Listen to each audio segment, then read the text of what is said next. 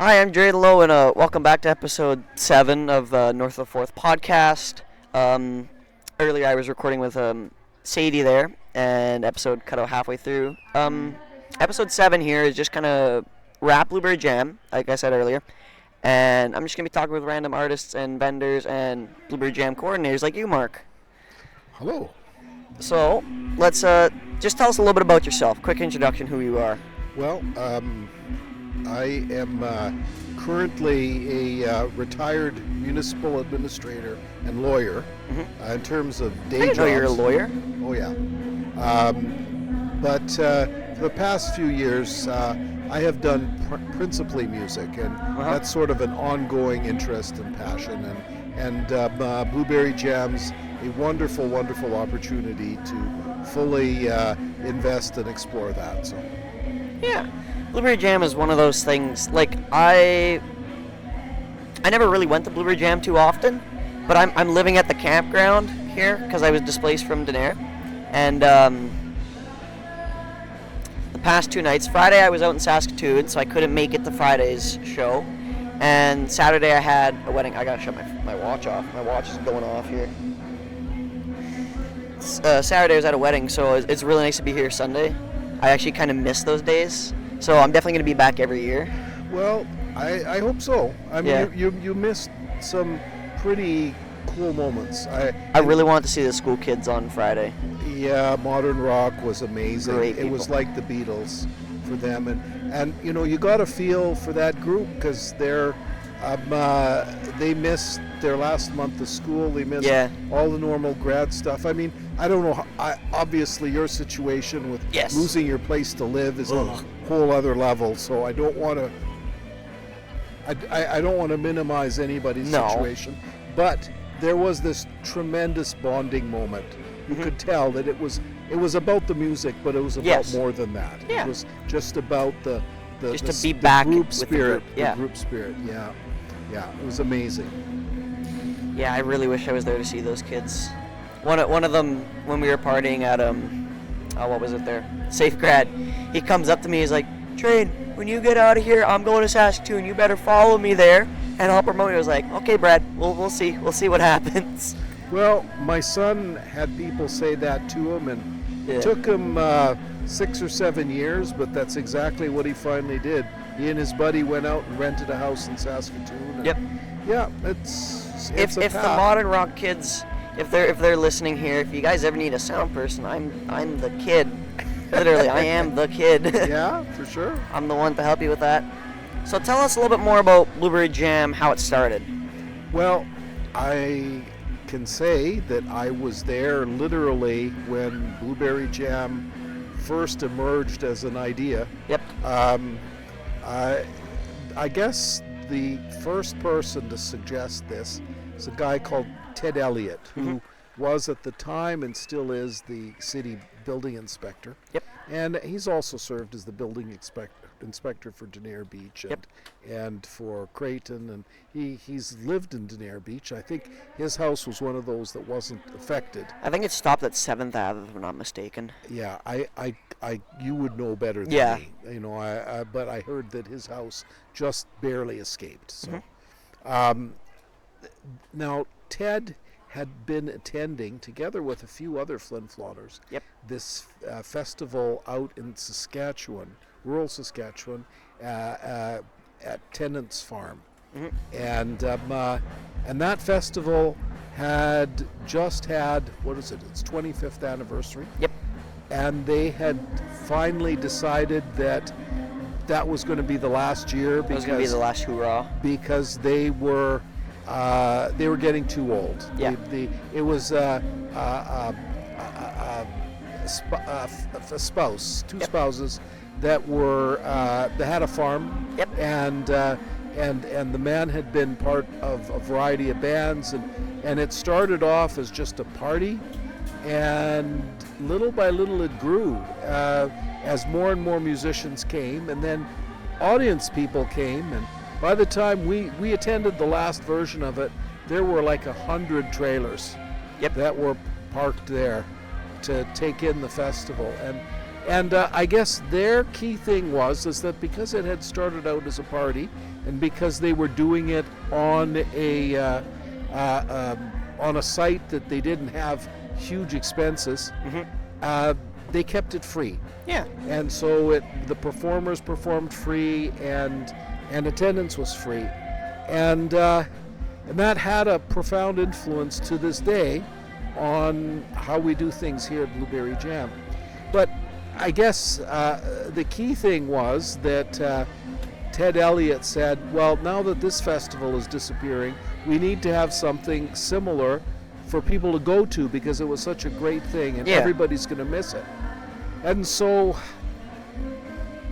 mulled this over, and at about the same time, one of the members of council, Karen McKinnon, had said Flin Flon needs a new festival to encourage tourism and something to bring people in. Bring people to Flin Flon. And so I had been talking to both people. I said, well, Ted's got this idea for a festival. Maybe we could take over from where this other festival was and invite all the people who had been going to that festival to come to Flin Flon. Yep. So that was the idea. And literally the day after that, there was a council committee meeting, and we pitched it to council, and they said yes. I said, hell yeah. Well, yeah, something like that.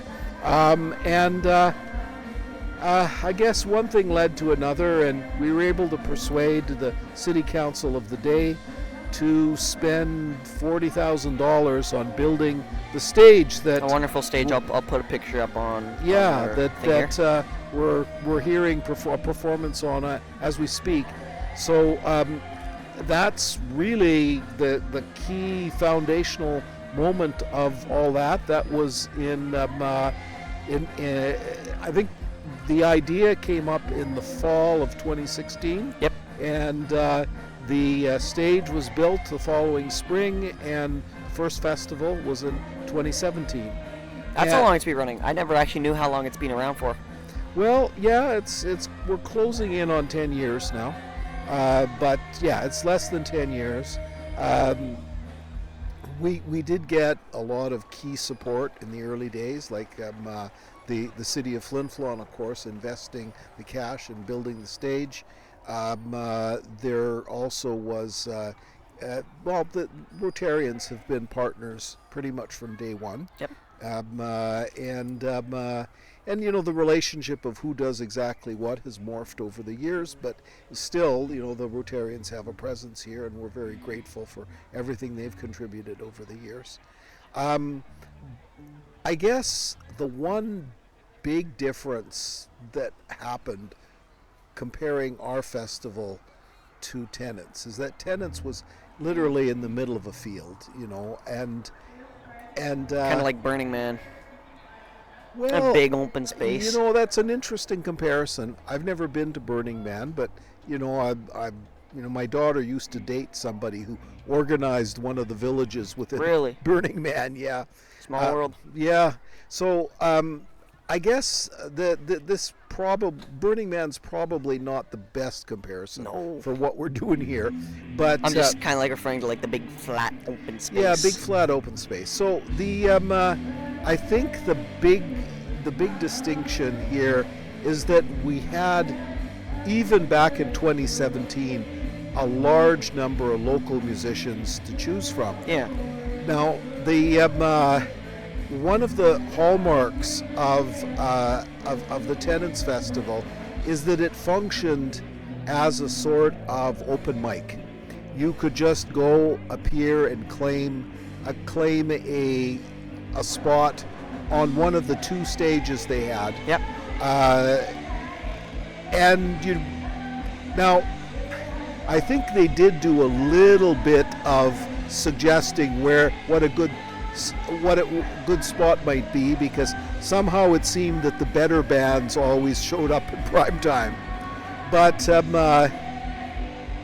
early on, we just found that we had so many acts from Flin Flon that sort of waiting for people to appear just didn't seem practical. No. So we got away from that that open mic concept pretty much right off the hop. Started like more of a schedule kind of thing. Yeah. And I mean, I don't know. You have to wonder what if. But it just was not the way things were working out here. So that's that's the thing. However, we did take from tenants the idea of the 2 stages. Yeah. And as it turns out, because we have this big one here, and then we have the one at the rotor wheel. Well, exactly. And one year we actually had 3 stages going. Oh. We had the Johnnies going as well. Yeah. Down the road. And we've gone through a bunch of philosophical steps as to what the role of each stage is. In the first couple of years, the secondary stages didn't really have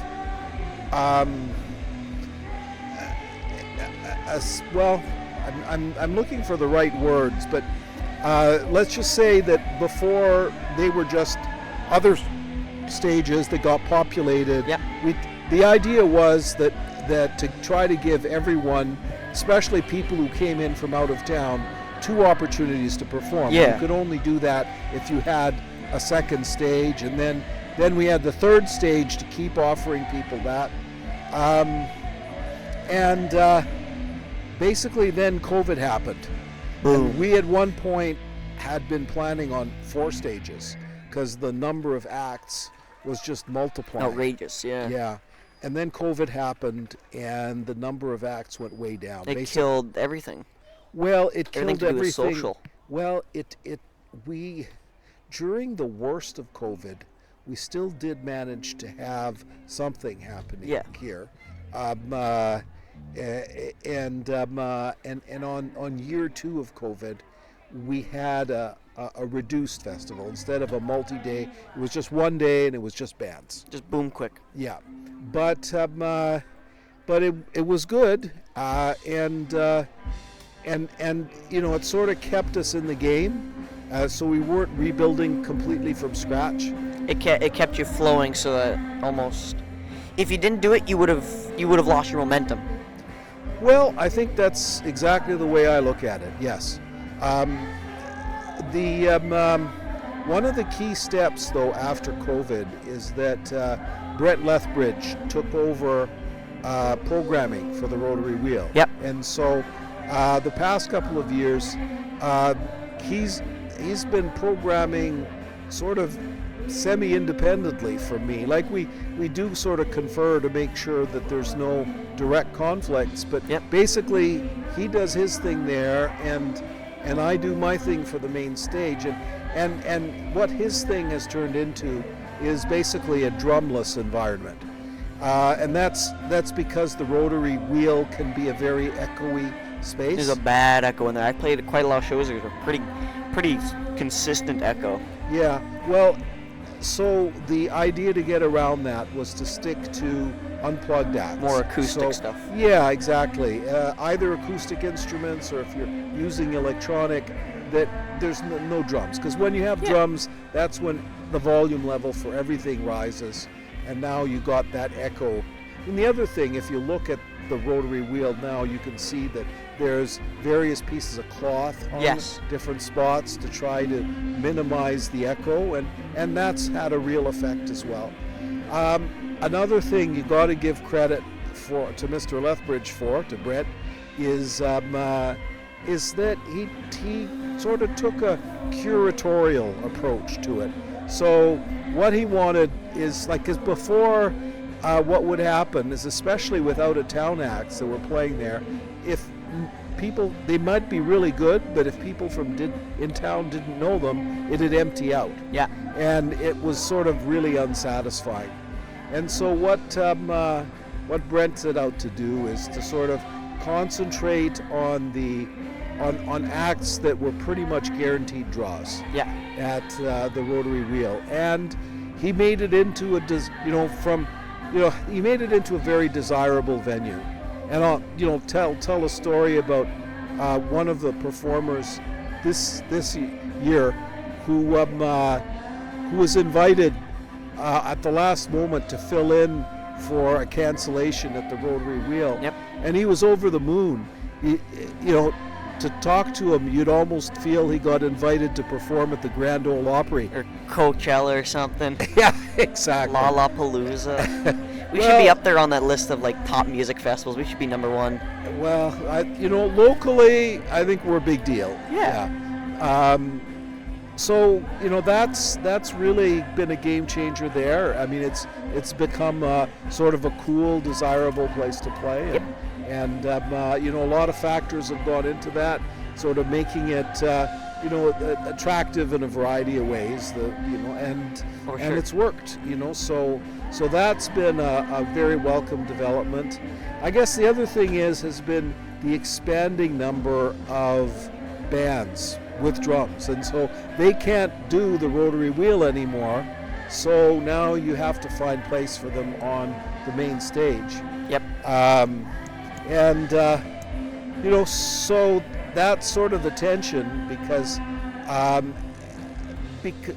once you've got the experience of playing in front of hundreds of screaming fans, when you go to the Rotary Wheel, you kind of lose almost like your stage power. Well, it's a different thing, Yeah. And if you're, like on Friday night, you had Modern Rock play, and they had people chanting their name as they came on stage, and shouting out the lyrics, and a lot of the dynamic was enormous. It was like an arena concert or better. The people here in Flin Flon love that band. And they put on a magnificent set, and they utterly deserved it. But it wasn't the only moment like that. On Saturday night, more and more people got onto the dance floor. So by the time El Seda Alerta's band, On Alert, came up, there were what must have been 100 young ladies who knew every single word of every single song she did. And that thing where you put the mic out to the audience. And she could do that for pretty much every song. They could have sung it themselves. They could have. Well, then they did. She'd give them a chance to sing the verse, and they did. And they were. It was awesome. And so that was from 11 to 12 on Saturday. Then after that, something mysterious happened. You had Cheap Wine and Mike Gabel get on, and all of a sudden, all the girls that had been right up by the stage, they got replaced by a bunch of guys. Yeah. And they're all, oh, Mike, go B, and they were just as into it as the girls were. But it was just interesting how the dynamic there. But those were, in terms of crowd participation, some of the highlights of the festival. And, just really big crowds. And even if you're not getting paid for it, that is a pretty strong feeling. It's like I said earlier, it's the stage power. It's the feeling you get when people are practically in your control from your music. Yeah. Are you going to be interviewing any of the members of Modern Rock? I should definitely message Brad. I would love to get even the whole band on. That would be very worthwhile. Do that. My own guess is that is a concert that they are all going to remember for the rest of their lives. If they go big, they're going to go big. I know that. I hope so. Even if they don't, I think it will be a magnificent memory, and it will inform everything they do in music going forward. Like, as a kid, to perform for something this big, it's basically you've chased your dream and you've done the thing you've always wanted to. Like, Modern Rock does a lot of stuff at Hapnon and whatnot. Yeah. We have all the kids that are enjoying it. But out here we have people from all ages, and they're just loving you. Yeah. It's a great feeling. You got to talk to them. Yeah. Get it right from how they see it. But that's I can't imagine that it would be any different. Yeah. Yeah. I'll definitely get them on. Yeah. Well, thank you. Yeah. So last year was our attendance record. How much? I think, golly, now I'm saying that, I think it was 8,000, something Wow. like that. People came in. That's more people than the population of Flin Flon. Yeah, but of course, this is counting, 3 days. But 3 days. Still, So that's it'd a be lot a of number people. of wristbands and that sort of thing, right? Yeah. So we gave out wristbands this year as well. I don't have any numbers for this year. Some people say that Friday night was the best Friday night ever. So Everyone's we'll looking for see. something to do on a Friday. Well, yeah. It's anyways, there was certainly a very healthy crowd out. I guess the other story about Blueberry Jam 2025 is that it just seemed that the stars were crossed. Coming back from evacuation, there were people who said, "Nah, you can't do it. Nah, it's disrespectful to Danair Beach. Nah, you should put the money into Danair Beach instead." And obviously everybody's heart goes out to Danair Beach. Thank you. I don't know. This is something that I think But everyone's enjoying it. everybody's enjoying it. It's something you needed from all the sad and like the heartache and all the stuff from Danair and whatnot and the evacuation, and then to just be able to come here to Blueberry Jam and just enjoy yourself. It's great. I don't know. I had a lot going on. I lost the property. I lost everything. Yeah. I lost my first car. I lost my dad's Mustang. So much stuff. But to just be here at Blueberry Jam and to both enjoy the music and to record podcasts here, I'm having a great time. And I reckon most people who come here are going to have a great time, even if they're from Danair and they lost their place. Keith Reed, who also lost his house, as you know. Yep. I saw him wearing a T-shirt at Blueberry Jam here that said, "Music is the answer." Music is the answer. Yes, it is. So, I don't know. There's a lot of questions out there, but maybe for a lot of them, music is the answer. Yeah. It helps you see past the Almost current to forget. challenges. Yeah. I mean, you obviously you can't forget that you lost your house, and nobody's asking you to do that. No. But to sort of move out of that and maybe get a different perspective for a bit. It's a weekend to just enjoy yourself Yeah. and to just have fun, Yeah. listen to good music, Yeah. and in that moment just forget. Yeah. It's a great place to lift your spirits. Yeah, well, that's it, exactly it. There's several of our performers who lost their houses, and the thought crossed my mind that maybe they wouldn't be up to performing. But the performers, But yeah, here they are. they insisted on performing. It's just it's an act of almost defiance. I get knocked down, like that song. I get knocked down, but I get up again. Exactly. No one's ever gonna knock me down. Yeah, and that's exactly right. And that's that was the for mood me. of the moment. Like losing the house and everything, but then being able to just, I got my gear back to do Safe Grad, Yeah, which fantastic. that for me, that's like my Blueberry Jam. I love playing Safe Grad. Yes, of because it's course. all the people I know. Yeah. And I can just play the music I like and Yeah. that my people like. And I don't know, like how the modern rock kids got to do here and have that big stage and Yeah. everyone loving them. That's my feeling from Safe Grad. Yeah. And to be able to do that, I bounce back. Yeah. And then to be here with this job, I love this job. During that 1 month, I had such a hard time because I had no schedule.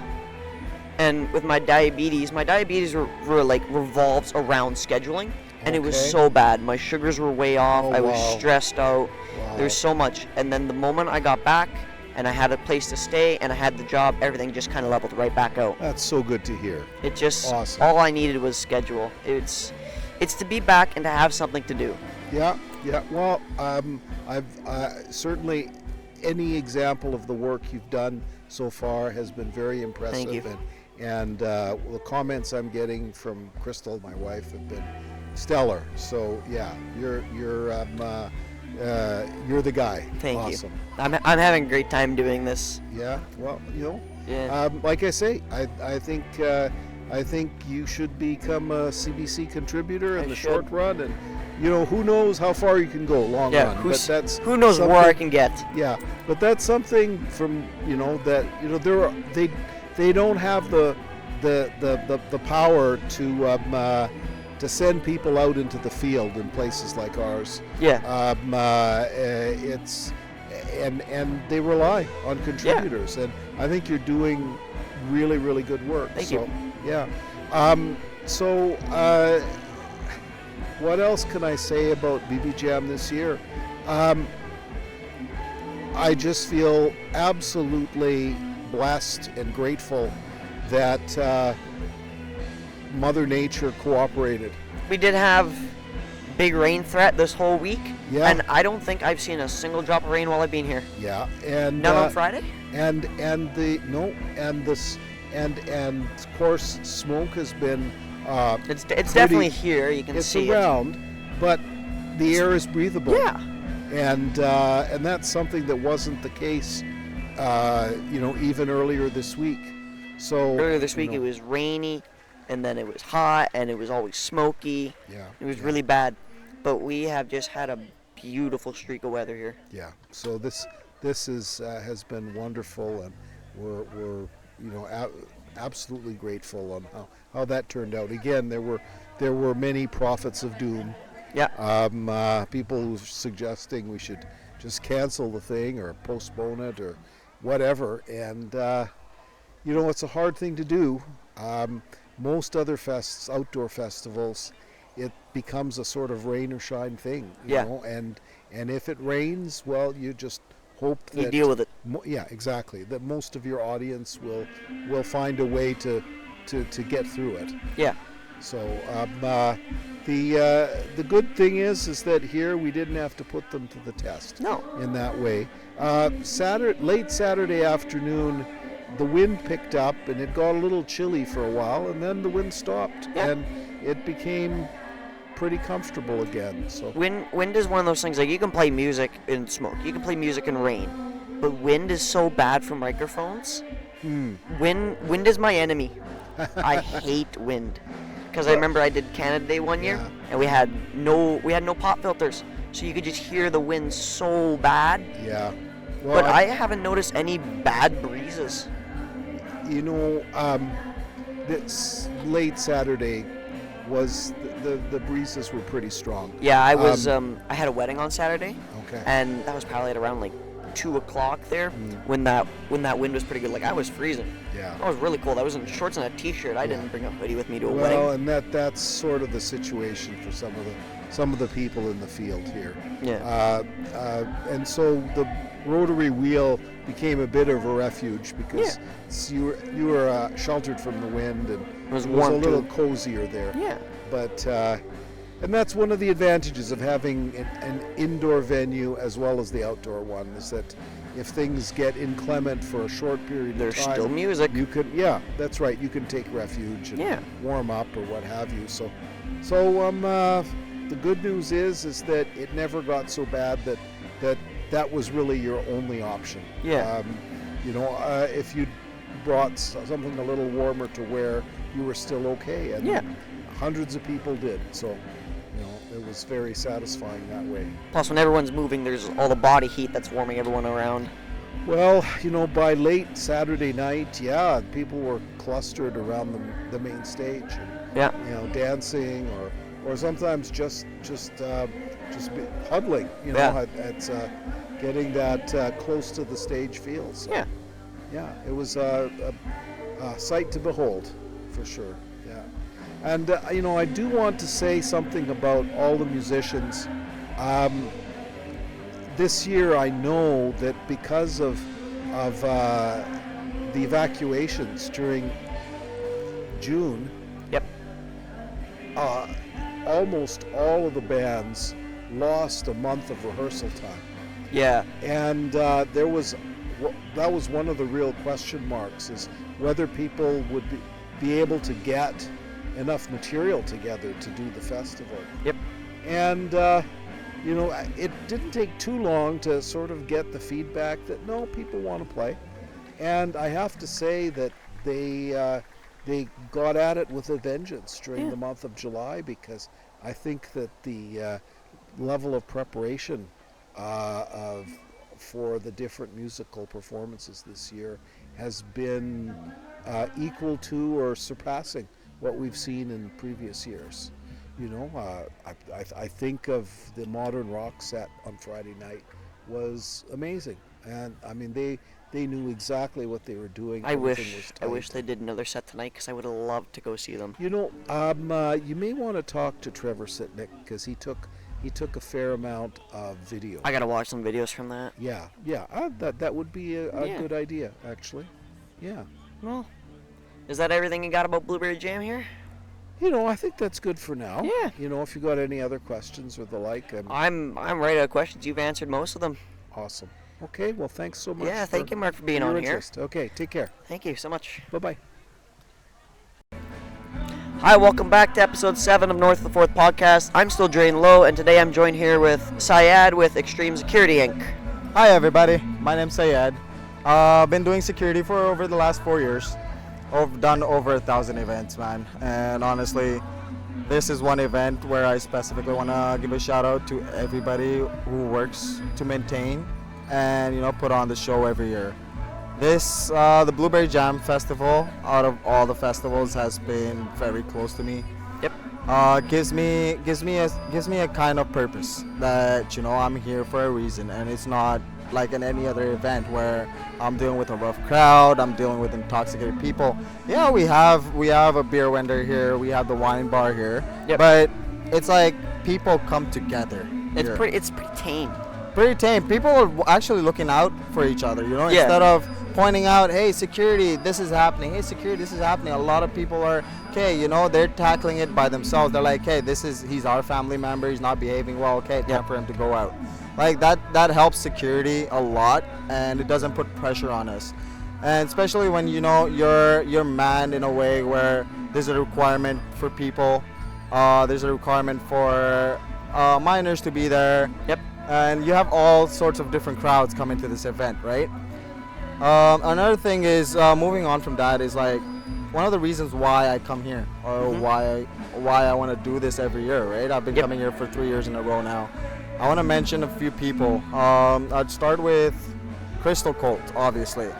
Over the last 3 years, we've built a rapport, we've built a relationship where she's like a second mom to me. Like, I was joking around this year to a lot of people that, you know, people are like, oh, you're eating on the job. Oh, you know, like teasing me, friendly teasing, right? And my reply would be, well, too bad, I'm Crystal's favorite son, right? Yeah. So, you know, it's like people like her, people like Mark.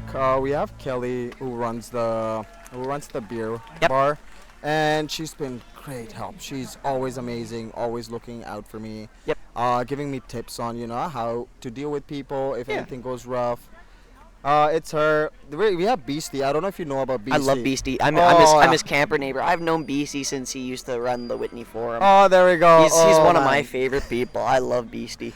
I still remember this funny incident where my first time I was here, and Beastie just pulls up behind me. He's like, just standing behind me, right, with his chest puffed out. He's a big guy. Oh yeah. Well, I was what? Right now I'm 145 pounds. 3 years ago I was about 110 pounds. Right? I weigh that much. There you go. So you can imagine I wasn't this big. Now I am. So this guy's standing behind me, right? And I'm doing my job. I'm just at that point I was one of the people who used to watch out for people putting bands in their hands. Yeah. Right, and people bringing in doing bag checks and stuff. And Beastie's just standing behind me, and then he walks up to me. He starts puffing. Me, I'm minding my own business, right? I'm just doing my job. I'm like a small little security guard. I'm like, he's not gonna do anything. And then, all of a sudden, you know, he just grabs me from the back. He's like, "Okay, you're security. What are you gonna do now?" And I'm just like, at that point, I was like very, very new to security, and I'm like, I just started crying, man. Oh my God, I feared for my life. And then after that, Beast is like, "Oh, don't cry." He wipes my ear. He wipes my tears. He's like, "You're security. You're supposed to be tough." I'm like, "This is my first time. I don't know what I'm doing." Oh boy. Beastie's just like that. He looks out for everyone. Oh yeah. And he probably had one hell of a kick doing that to you. Oh, beautiful, man. He's a beautiful soul. He's a beautiful person. Next person I would mention would be Ted. Yep. Ted's been, since day one, I came here, showing me the campgrounds, showing me the ropes, telling me what needs to be watched, what does not need to be watched, right? Now this year we've had such an amazing time. We've had no issues at all this year, and I was very happy about that, because as from a security person's perspective, having no issues is the best, because at the end of the day, how I look at it is we're here for that 1%. Yeah. We're not here for the whole event, because we know that throughout 90% of it, everybody's going to be fine. It's always that 1% when you're not watching, when people are not attentive. Yes. When, things go sideways. Yeah. And that's why we're here for it. Over the last 2 years, given me a solid base as to know what I'm doing, what I have to do. And I'm thankful for everybody that was involved here, and that helps make this festival what it is. One definite mention that I want to make, I've been over 1,000 festivals across Manitoba. Yep. I've done a couple of Stampede events in Calgary.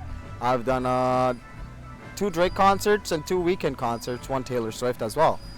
But, modern rock. Boy, oh boy, trust me. My classmates, I love those guys. Trust me, man, when I say this, they got something special about them. I remember first year they started off, they were very young. They were playing, I think it was we started Friday afternoon. That's when they used to play. Yeah. Last year they were Saturday afternoon, and this year Saturday night. When they came on stage, the crowd's reaction, my reaction. Because usually I don't pay attention to music, right? Because my job is to pay attention to the crowd. To the people. I always see reels of security guards at like these big concerts of like people that they know, and they just have to stand there, and they can't look at it, and I'm like, oh, that sucks so much.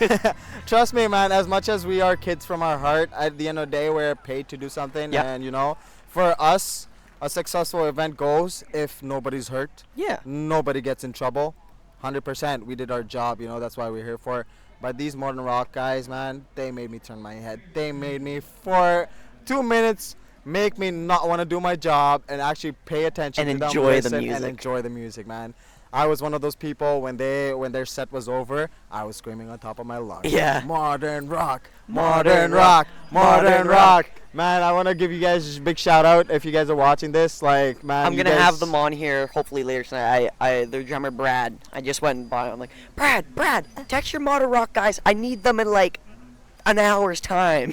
There we go, man. Let them know my kind words for them. Yeah. And if again you're watching, guys, you guys the sky's the limit for you guys, man. I hope you guys keep rocking. I want to go with them and be their sound guy because I work for Amisk Sounds. Oh wow! There you go. So we live in Denair. Amisk is Cree for Beaver, so right. Beaver Lake, right? Okay. Denair.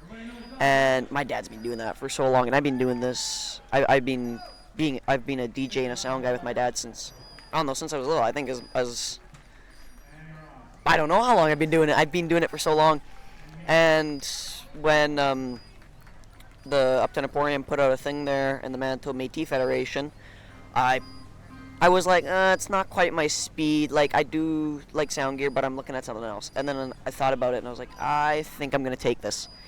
And I've been doing this all summer, and I love it, and it's right up my alley.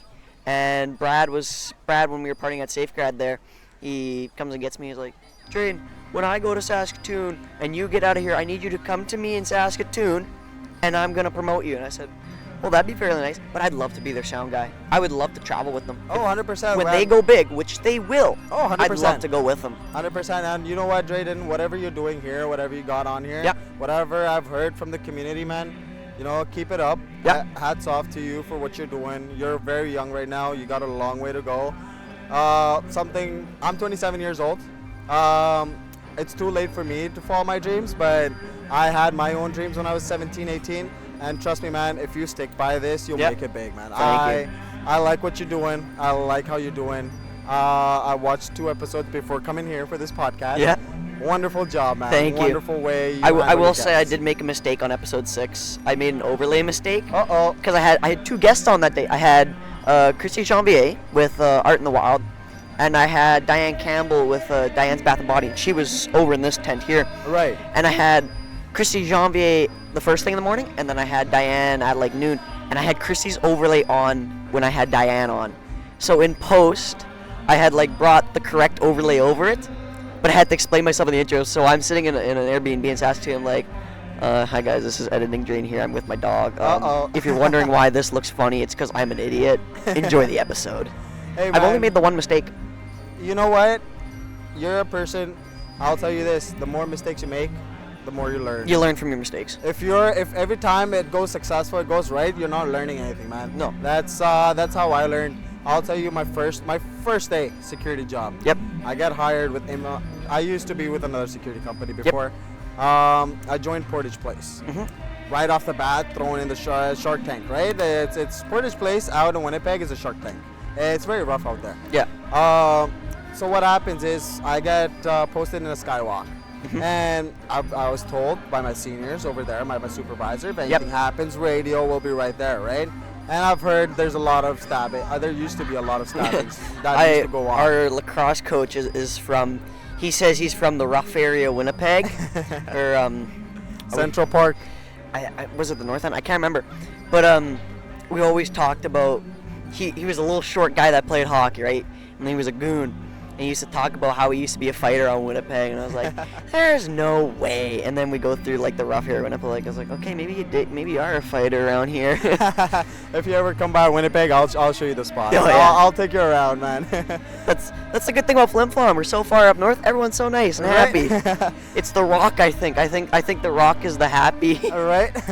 Anyway, so I was standing in the skywalk, right, and then I see from the other end of the corner, so that was from Canada Life Center, so Portage Place was connected to Canada Life Center. Yeah, where the rink, right? That's correct, where the Winnipeg Jets play. Yes. So after it was end of the game, the Winnipeg Jets. Uh-huh. So this one guy, black hoodie, black pants, I still remember his description, comes running, runs into a trash can, spills it over, starts running, starts screaming, "Knife, knife, knife." My first day at a security job, I don't want to see a knife. I don't know what to do. I have no idea. On my radio, I'm like, "Okay, knife, knife, knife, knife." And then my boss is like, "Where?" I'm like, "I don't know. I'm on this bridge, wherever you posted me, right?" And then I see one of my supervisors and his other partner come running. And as soon as they pop there, so this guy passes them, and I'm like, "That guy was screaming, 'Knife, knife, knife.'" They're like, "Did you see a knife?" I'm like, "No." They're like, "Where is the knife?" I'm like, "I don't know. I thought there's somebody." I picked up on context clues. I'm like, I thought there's somebody coming. They're like, "Why did you run?" I'm like, "I want to save my life. I don't want to get stabbed." Mom, I want to go home. Right? And then they're like, "No, okay." They're like, "No, this is not how you do it. You don't have no proof. What if we tackle somebody else, right?" You gotta stand there and wait till the last second. And trust me, man, that moment is 4 years ago, but I still remember it like it's yesterday. Foundation of how I do that work mistake now. has corrected you. Oh yeah. And now you've learned from it. And every time when something goes on, because every time you have an event this big, people are always like, "Oh, look at him, he's drinking, he's a minor," or "Look, oh, there's people drinking there." Yeah. Now everybody's very open to pointing fingers. Yes. Nobody's gonna stand up and say, "Oh no, this person did it," right? Yes. And that causes a big issue for security. Uh-huh. And if you don't act after thinking, you're always gonna put yourself in a negative position. Yeah. And then that means putting yourself in a negative position is the crowd's not gonna like you. People you're working for are not gonna like you, and you're just creating a hassle for everybody. Yeah. And it's like things like that make you or break you. And that's why never be afraid to make a mistake, Drayden. Like that one podcast is a learning curve, right? Yeah. The more mistakes you make, man, the higher you I was go. rushing that day too. I wanted to go home. I was so tired. I was just working my butt off that whole week. Oh, there you go. I love doing these podcasts so much. Like, I live for this. Right. And I had a week there where I had no interviews, a whole week with no episode, and I felt real bad on that Friday where I had no episode. I felt like I just failed so bad. And then last week I had 3 interviews. Boom, boom, boom. I had 2 episodes come out last week, or I guess this week. I felt great. There you go, man. I don't know. I'm kind of going on a tangent here, but No, I just love to do this. Looking at you, hearing from you, from what you've accomplished till date, although you're still fresh, man, like just keep pushing through it, man. Thank you. Keep pushing through it, and I know that's the only way you can make it. Like people say, "Oh, you can't be a millionaire overnight." Yeah, you cannot be a millionaire overnight. It takes years of hard work. It takes years of not paying yourself first in order for you to become a millionaire. you gotta watch out for the people around you, so that you can be successful. Yeah. And one of the other things I've learned throughout the years is the 5 closest people around you make you or break you. Yeah. So you gotta surround yourself with positive energy, keep yourself healthy, always eat right, drink lots of water. You know. I got 2 bottles right here. There you go. You need 2 more. I need 4 2 more. liters of water a day. Yeah, all right. But yeah, man, this this festival feels like home. I never thought, out of all the places I would actually. I'm a city boy. I live the city life. I grew up in Dubai. I was born in Pakistan. I grew up in Dubai. So living in Dubai. You lived in the rich place. Oh yeah. Sometimes a lot of people ask me, why I came to Winnipeg. Why'd you move? You had everything. I moved to Winnipeg out of all the places, right? But you know what? Winnipeg's home. Flin Flon's becoming home. Actually, Manitoba is home. Get a cabin here. Yeah. Get a cabin here, and just enjoy the times you can be out here. Cause, like, we had that month. That month was horrible. The evacuation was horrible. But it's those times where everything's going great, where this place is amazing. Oh, 100%. Rain or sun, fall, summer, spring, winter, whenever, this place is beautiful. Flin Flon's a great place to come. Oh, 110%. Anybody watching this, man, anywhere in the world, if you ever come to Canada, 100%. Visit us up north. Visit Flin Flon in particular, because a lot of people say, oh, Manitoba's the prairies, Manitoba's flat. Okay, yeah, Flin Flon is in Manitoba. You come right above the 53rd parallel, and I don't know if you can see it, but there's rocks everywhere. This place is really rocky and really tree. We're in the, what is it called? Rocky Plains? No, it's like a belt. I used to know it.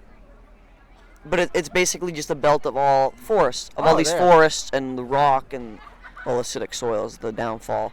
Baker's Lake right next door is one of my favorite spots on the way back and when I'm coming to Flin Flon, man. Like this place, like Southern Manitoba and Northern Manitoba, yeah, they're both Manitoba, but they're so different. Oh, 100%. Southern Manitoba's flat, cities, farming. Up here in Northern Manitoba, it's more community based. Oh, 100%. Everybody's supporting everybody. There's no hate. There's no hate. No. There's no envy. When you come up north, you know everybody because everything's so small.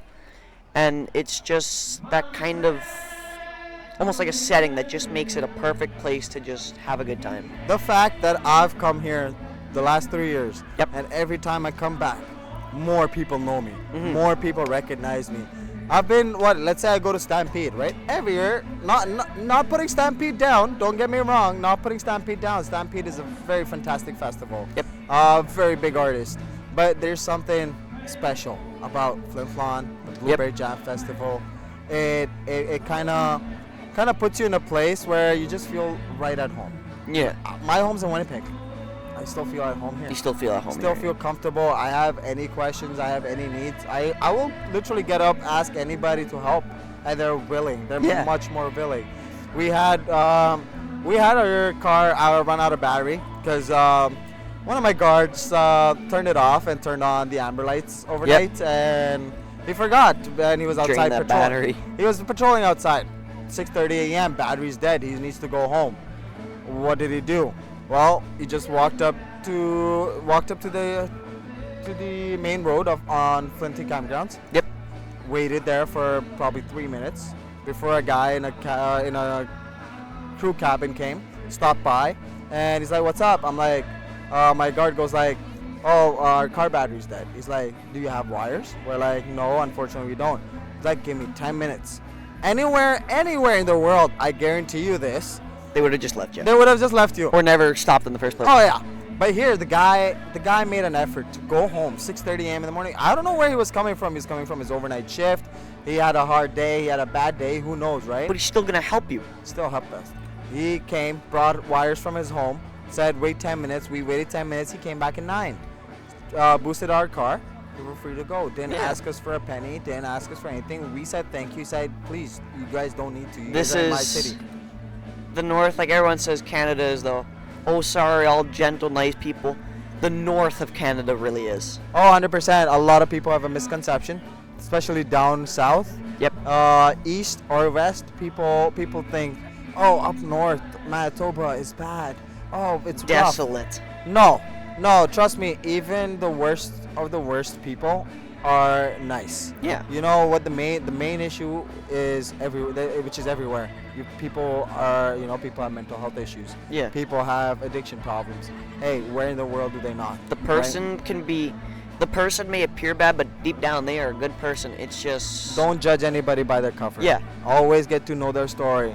So many people have so many devastating stories that once you listen to them, once they let you pour their heart out, it makes them feel nice. You learn why you're not supposed to judge somebody right off the bat. Yeah. It's beautiful. It's exceptionally wonderful. I hope I come back again next year. Like I was telling Crystal earlier, like, you know what? Doesn't matter if I become a cop in the future, I start working for RCMP, I will specifically take 3 days off just to come and do security. Jam. Just to come and do security, run security here. Why? Number one, people love me. Number two, I've met you now. Number three, again, community focused, man. It's wonderful. It's very wonderful, man. I appreciate everything this festival has done for me, and I hope that people appreciate everything that I've done for this festival. I really appreciate you. Like, the security here is a top tier. Thank you, man. And I mean, you said like you haven't had many issues here, but honestly, there hasn't been a single issue. It has been great. You've done a great job. It's just one of the big things for Blueberry Jam. I appreciate that, Drayden. On that, just a last note. For anybody who does not know who we are or who we represent. Yeah, plug your security. We are, thank you. We are Xtreme Security. The reason why I am with Xtreme Security is, number one, my vision matches them. I'm a guy who's very community focused, who's very family focused. From where I'm from Pakistan originally. We moved to Dubai, now to Winnipeg, right? Where both my first two hometowns, everything's family. Everything runs on family. Your father, your mother, your sisters, your cousins are the peripheral people that shape you, that shape your life, right? Yep. When you come out there in the East, they have a very different view of the West, and they think families are not important here. People, when they turn 18, they want independence. Yeah, that was the case. This is my opinion, everybody. That was the case. But ever since I've come to Canada, last 7 years, I've seen a big shift, man. I've seen people move towards family, move towards community focused, and that's why, you know, when Xtreme Security came and tried to poach me, I asked them straight up 3 questions. I'm like, what is your vision? Why do you want to be in this business, and what do you expect to bring? The 3 answers they gave me is, number one, we're community focused. We're here to help. We're not here to be bullies. And don't get me wrong, I'm only wearing this vest because of my own safety. Let's say we have intoxicated people, right? If somebody starts fighting, I don't want to get hurt, and this is only for my safety, not to, again, you know, be threatened. I don't want anybody to feel threatened from security. Yeah. Number 2, you may have the big jacket and look like a big guy, but right, you're soft at heart. Exactly. Number 2, they answered me. The second question they answered was that why they want to be in the business is because they want to help people. We've seen the trend of security in the past, especially in the last couple of years, where security is known for brutality. Just because, you know, the police stop being brutal does not mean that security takes that step up. You wanna be a wannabe cop? Sorry, man. Security is not the gig. Security is supposed to be something that helps, somebody that's an outlet for people who are facing problems. When I was a kid growing up, I've lost my mom a couple of times, or my dad a couple of times in the mall. Who do I look out for that's gonna help me find my parents, right? And that's security. If I'm afraid of security as a kid, I'm never gonna go up to them. I'm just gonna get lost. Somebody's gonna kidnap me. And security gets a bad rep. 100%. It's those bad guards that ruin it for everyone else. Exactly. It's like with anything. One bad apple can ruin a whole basket. 100%. But it's not all bad. It's just that one bad apple makes everything seem bad, and I don't know what I'm really going on here. They get your point. And yeah. Number three, what I would end with is, you know, Xtreme Security here, including myself. Right now, I serve as a client services manager at Xtreme Security. Our utmost goal is to be helpful, to be kind, especially with the recent Manitoba wildfires. we were attending to all the evacuees. We had around 25,000 people that had been evacuated There's from a up lot north. of people to move. We've served all across Manitoba. We've served all across BC, and a lot of these evacuees were being moved to Niagara. So our team members also flew on their account just to go support them. One recognition we received was by the Assembly Manitoba of Chiefs. They recognized us for the hard work we did. That's how I fell in love with, because 3 years doing a rough job kind of gets to you, makes you tired. So when I switched and I got that recognition from Assembly Manitoba of Chiefs, man, Yep. It made me feel young. It made me did not realize, okay, I've been doing this for 4 years. Now it makes me want to do this for another 4 years, and it wants me to keep doing it until people love me, people care about me, I care about people. Yep. And the only reason I do this job is so I can give back to everybody who's made a difference in my life, whether they're alive or dead. Hearts out to everybody who's not with us anymore. But I just hope we can all spread peace, love, and kindness, and follow those 3 words throughout our lives, man. And on that note, thank you for having me, Drayden. Thank you, Syed. Honestly, great. It was great to have you. You've changed my perspective on security, because I always thought security were big bad, but no, you guys are great people. We're people with heart, man. Don't let this uniform fool Yeah. you. Don't let this uniform fool you. Well, We're here. if you guys ever need security for anything, Xtreme Security, Syed, great people. Thank you again for being on here. Yeah, that's all I got. Appreciate it, Drayden. I hope you keep this running, and I hope you go big, man. Okay. When you go big, you need a personal bodyguard. Give me a call. I'll give you a me a call. call. I'll be there. I'll be big and buff by then. Yeah. Well, thank you. See ya. Bye-bye.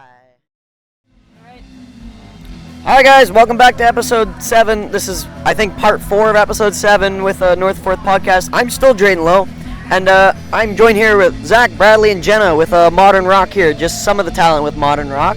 How's it going, guys? Oh yeah, Brad's got a microphone. Brad is big important, aren't you? Yes, I am. So, well, I guess since you have a microphone, introduce yourself. You can start us off. I'm Brad Powell. I'm the drummer of Modern Rock.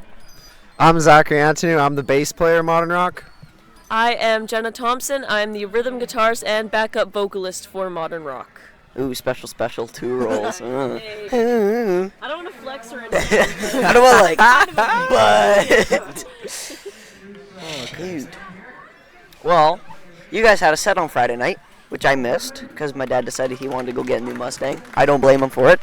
I don't think you guys can either. Oh, it's a pretty nice Mustang, to be honest. It's a pretty nice car. I got to drive it. So it's a 6-speed, and if you don't know anything about a 6-speed, there's 2 things with it. Reverse is next to first, Yeah. and 6th is right by 5th. So you drop 5th into 6th. And when he Drop first the hammer. Yeah. When he first got into the car, my dad, to test drive it, the guy's like, "What? We just started." Hi, Dad. My dad's back there, by the way. We're talking shit about his car. No, we're not. So when he first took the test drive, the guy's like, "Yeah, just back it out and we'll take it around the block." My dad's like, "How do I put this thing in reverse?" He's got to push down, so you have to push down on the shifter, move it over, and then up into reverse.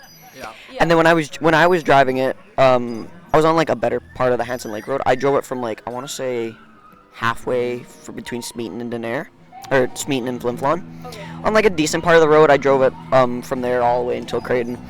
And my body kept thinking I was in 4th gear, because I'm used to 4th being the last gear that's on the rear row. Yeah. But with 6 being over there, there's so many times where I almost took it out of 6 to go into 5th. Well, what I thought was 5th. Yeah. It's when you go from 5 to 6, it's actually Five a weird to six difference. is down, right? Yeah. So 5 to That's 6 down is on down. 6. Yeah. Because I'm used to just going 1st, 2nd, 3rd, 4th, 5th. Yeah. But being in 6, I kept thinking like my body, like there were several times where I was about to just throw it into the next gear, which was nothing. There's a child behind you guys running around. Yeah. Okay, that's enough of me. Let's talk about. Let's start with the start of Modern Rock. How'd you guys start out? Who wants to lead you guys off with that? How did we start? So, we originally started out 3 years ago. Our grade 10 year, her grade 11 year. I was in, I think, grade 9 at the You time. were in grade 9, yeah. And Miss Jones had just reintroduced a class called History of Modern Music. Mhm. And Yeah. And Here, Mr. if he's talking, you hand on the mic. And Mr. Sidnick previously did that class before COVID. Yeah. And but Mr. Sidnick, you guys I'm know, just just gonna have a moved. fry here. So we started that. We all joined it. We had a few others with us too. Yeah. Like his two brothers who couldn't make it, and then another Aiden and two. Rylan, Yeah. both losers because they're not here on the podcast. And then another two individuals. Individuals? Why do you call them individuals? They're literally your peers. Other students. Other Other students. students. Other students. Other students. Anyways, so we started in that class, and we just did some. We do one show? We did. We did jazz night and we did a school concert Yeah, after jazz Yeah. night. Yeah. God, So we whose had two kids are shows. these running around? Yeah. We did 2 shows. And we decided after jazz night, we're like, hey, why don't we keep this going into the summer? And we can play our Blueberry Jam, like it's happening right now. So that's what we decided to do. I used to go to or kind of still do, go to the what's it called? North Minister Alliance Church, whatever the hell that long ass name is. The one on Bracken Street. Okay, yeah. The one on Bracken, the brown one. And we approached them and said, hey, do you think we could borrow your space to practice? And then they said, yeah, absolutely. Go Imagine for you it." guys like little kids. Can we borrow your space to practice in? Yeah, that was literally us. Yeah. Well, his mom is a big member, so we were like, hey Heather, how about we? And it's like, can we? Yeah. she definitely helped us get that, like, allow us to practice it. Yeah. Absolutely. Thanks, Mom. Thanks, if you ever end up Thanks, watching Mom this. Powell. Anyways, they said, yeah, go for it. So we were in there, and we actually brought on another member who couldn't be here. Her name's Nikki Karamitis. Nikki, isn't she here though? She might be. Give her a She text. was. Get her. Oh, She was, but she lost her voice from all the singing she was doing. Sounds like Miley Cyrus. You ever seen that one interview with Yeah. Miley Cyrus where Yeah. she's got like the really croaky voice? I don't even think I could do that impression. It's the journey that counts. It's the journey that counts. How she is like. It's the journey that really counts. Is the journey that really counts? Yeah. Yeah. Anyway, so we brought her on, Yeah. and then kind of leading up to Blueberry Jam, we ended up losing a member. They decided they didn't want They to died? do it anymore. No. They decided they don't want to do the whole band thing anymore. They're gonna dip out. So it took off. They missed the opportunity of a lifetime to be rock stars. Oh yeah, big time. Anyways, so that was whatever. We moved on. We played our first Blueberry Jam. We practiced a lot. We practiced daily. We were in there every day. And then after we practiced, we'd hang out for hours. Yeah. No, yeah. Literally, we would probably be at that church until like. I forgot you guys practiced in the church. 1 or 2 a.m. like every night. I swear to God, every night. Give the man the mic. Sometimes we'd like take a day off, like, but most of the time it was almost every day practicing I- the same songs. I used to follow Nikki on B Reel, and all like damn near half her B Reels are just you guys at the church. yeah, It's that's crazy. That's Yeah, yours too. No, yeah, I said my B reels too. Like looking at back a few years, like literally almost every You guys lived there. single one. Me and Nikki were there like every day with all these guys. I wouldn't be surprised if you guys had air mattresses there and slept overnight. We freaking should have. It would have been it honestly would've been would have been more efficient. convenient. Yeah. Yeah. So we were that constant. We'd hang out in the end. One time we were hanging out, we even had the cops get called on us. That was funny. Really? Yeah. Where I can't remember what we were doing. We were just like we were taking a break in between sets. I think Jenna was like, I was doing something, so she was gonna show up later. So Yeah. every time we thought someone was in the parking lot, we'd go open doors and check. Oh no, that's not Jenna. Yeah. We were checking, and then Jenna came. And That's then, at the church kind of near Habnon, hey? No. The church by Mackay's. You know where the Aqua Center is being built? It's I that think brown so. one behind it. Yeah. Big red cross on it. Going up that big Oh, hill yeah, by yeah, the yeah. manor. Yeah, right behind yeah. the manor. Yeah. Anyways, so we went. I can't remember what we did. We went to go check the door again because we thought we heard something. Yeah. And I pushed it open, and all of a sudden this like 6'3" like black cop like says whoa, catches the door, swings it open. So you like and- opened it, it was like, oh shit. Yeah, I didn't close it. I was caught off guard, and I literally went like this. Whoa! And I thought I was And he big. came and said, he goes in, comes and says, "What are you guys doing here?" I said, "We're just rehearsing." And then these guys roll behind me. I go and turn around. Gone. I am the only one talking to this guy. Of course they leave you, eh? They left me.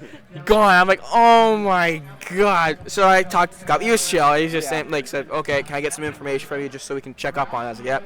Gave him some information and Showed him the key. yeah, showed him the key that we were allowed to be there, and he's like, okay. And they took off. Wait, okay, do you think it was like a raid, like they think it was like, oh, the lights are on, that's weird, or do you think someone called the cops on you? No, someone called and reported it. He told us. He said, oh yeah, someone just phoned and reported and said there was some people coming. Right. But I will say this, given the area that the church is in, a little bit Makes sense. A little bit shadier side of town. There was one time we were rehearsing where we got was this last year? We're getting to that. That was last year. Okay. Hold on. Can I tell the story? Okay. Just wait till we get there. Okay, you guys. We're building, Jenna. We're like building. sibling rivalry. Anyways. Oh my god, they're all It's- leaving. Oh no. Oh, our Blueberry Jam people are leaving. Bye, Blueberry Jam. That's right. That was one hell of a year. Yeah. Anyways. Yeah, next year. I'll be back. I'll be back next year. Of course. Kept practicing. Played our first Blueberry Jam. It was great. Yeah. God, God, these fries are and good. then Good job, I'm Rotarians. trying to remember what all happened after that. So Okay. It was all downhill. We took a little bit of a from there. break. a couple weeks. We took a couple week break. Just school was starting and all that. Just to kind of give ourselves a moment, collect your thoughts, get settled, and then we started practicing again to play for Wild Rice. Yes. That was our second show. Second show with You guys. Is that? Can we please get that quad turned off? Hold on, let's just take a break. I can still hear on the microphone. Oh, can you cut that out? Nah, it's fine. Was it Wild Rice? No, it wasn't. These guys are Or very was it- uncoordinated. It was later. It No, was in it was- December. It was a dream Yeah. draw. No, Dream draw. It was yeah.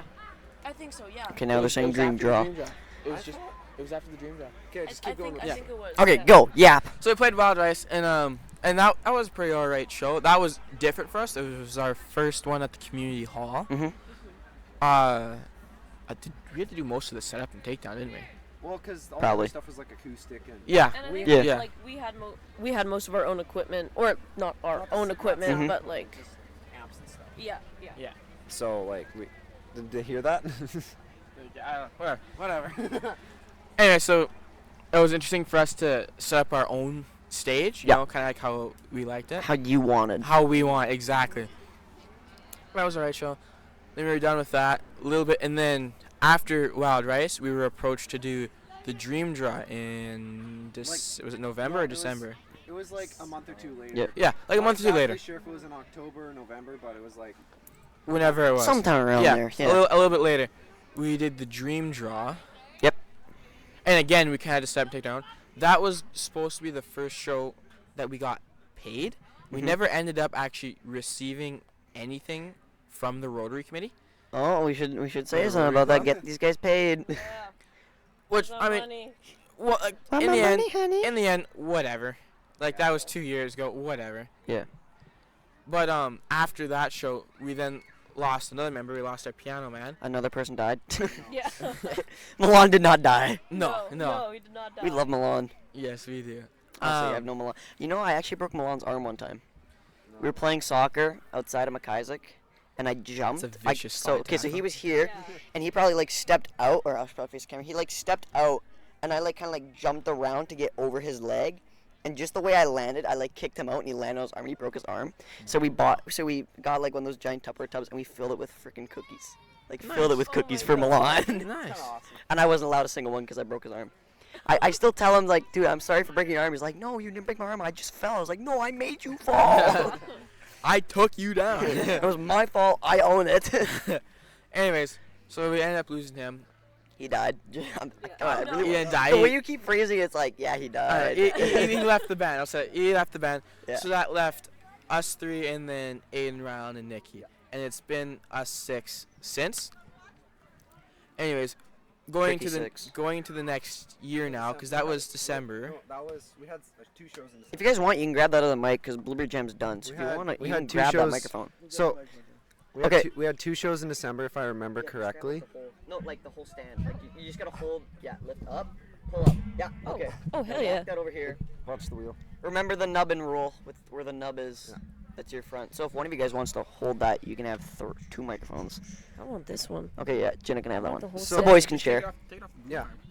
No, you can't take it off the arm because of how it's plugged in. Oh, okay. So sadly, she has to hold the whole No, arm. me That's and you okay, I share can hold the rather. whole thing. So, Chat if I pause. remember correctly, after the Dream Draw, we had 2 school shows. We did a school dance, and we did You're tearing his poor ears apart. we did school dance, and we had 2 sets, and that was the first school dance we did in a while, and it was pretty fun. We had like the extended stage, which was awesome. Then like a day or 2 later, since we had the equipment set up, we did a Oh yeah. there was a band concert, and we got to play like 2 or 3 songs for that, which was also really cool. Yeah. And Wait, I don't remember that. it was like a year and a half. Wait, it was like, that when we did Wind of Change? No, that was jazz night of that year. Oh, That was okay, later. That okay. we did like What's coming up? we did Okay. I think we did It's My Life and like It's Zombie my maybe. life. I Oh, don't okay. know if those were the exact songs. It was something like that. Okay. I remember something like we that. did like 3 and we were kind of upset because like by the time you got into like the 3rd song, I don't know about you guys, but I was upset. Me and Aiden were upset more so because by the time we got into it, it was already done. Yeah, But yeah. it That was- sucks about like, you having didn't fall into a your short groove. list. Well, yeah. no. Yeah. Well, we got into it right as we were ending, but Oh. I'll hand the mic back to Bradley now. Yeah, so we did those, and then Johnny's, the first time. yeah, That was the time Nikki was dying. I Yeah, think. okay, so what- so we did okay. that. So That was so those 2 shows were in December. Now we're flipping over. Hold on, I want to into hear about the Nikki and next this year. Johnny It's coming- show. It's coming up, it's coming Okay, it's coming up. Okay. So we flip over into the next year here, which I'll say second semester February, of it was in February, yeah. So we had our first Johnny show. We were really stoked, very excited because we've been wanting to play Johnny's for a while. Yeah. It was like a youth night, I think, if I'm correct. Yeah, it was. You tonight. So our main singer Nikki, she got sick, Really sick. really sick. Like And she was we- like Victorian era child deathbed sort of thing. Like She sounded like her it. She voice sounded like it. Her voice was like just gone, but she just powered through it. Yeah, Oh. like she could On barely. stage, she had a water bottle, like a Stanley, I think she had it, and it was just filled to the brim with just like green tea or something. She was Ooh. just sipping on tea She could the whole barely time. speak was- as it was, and we were like, Uh, excuse me, we were like, are you gonna be able so to she do was this? so she was sick beforehand. Leading yeah, up, yeah. yeah, She was okay, 'cause, like, for a leading couple up days to it, leading yeah. up. When yeah. I strip my voice, like when I did curling with like the sash triples, whatever it is, I always strip my voice so bad, and then the next day I get really sick. yeah, So she probably was like out of it after that. yeah, Like she was Yeah. done definitely. she, we were like, She "You died gonna be able to do too. it?" Yeah, like, Yeah. you're gonna be able to do it. And then She's like, and then "Yeah." we lost Nikki. Then there were 5. Now we're down to 3. We'll get to that context. Yeah. Anyways, Stay tuned. and she powered through. And honestly, it was a really good show. Like Oh, yeah. we really did pull it together. Nikki And- did really well for yeah. for the situation that She was really doing the in. Miley Cyrus. Yeah. Good job Yeah. on that show, Nikki. Yeah. And then after that, I think was Jazz night. night. So No, a couple dude, months. no. No, I don't think we did anything. in And you guys between. don't seem like a jazz night kind of No, we had a band. second- No. we had a second dance. Yeah, we did. Hold on. Okay, hold on. You So guys this is really- our second year. She wasn't in it, Yeah. but now that because we're in February, now we're in second semester of our grade 11 year, her grade 12 year. Yes. I forgot you graduated last year. Yeah. 2 years ago.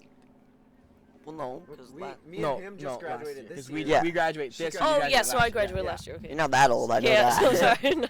Anyways, it was our second year of the history of our music class. Yeah. And we had more kids We join. had 14 kids to be exact. Are Yeah, you kidding 14 me? kids. 14. Yeah, 14, Something like that. 14 kids in that class. I was not one of Oh, them. but multiple bands. Hey, yeah. We had Yeah. 2 bands, yeah. So it was kind of set up kind of weird because it was like mainly 2 bands, but Miss Jones did for a couple of songs. She did kind of mix us up a little bit. I'll Yeah. say.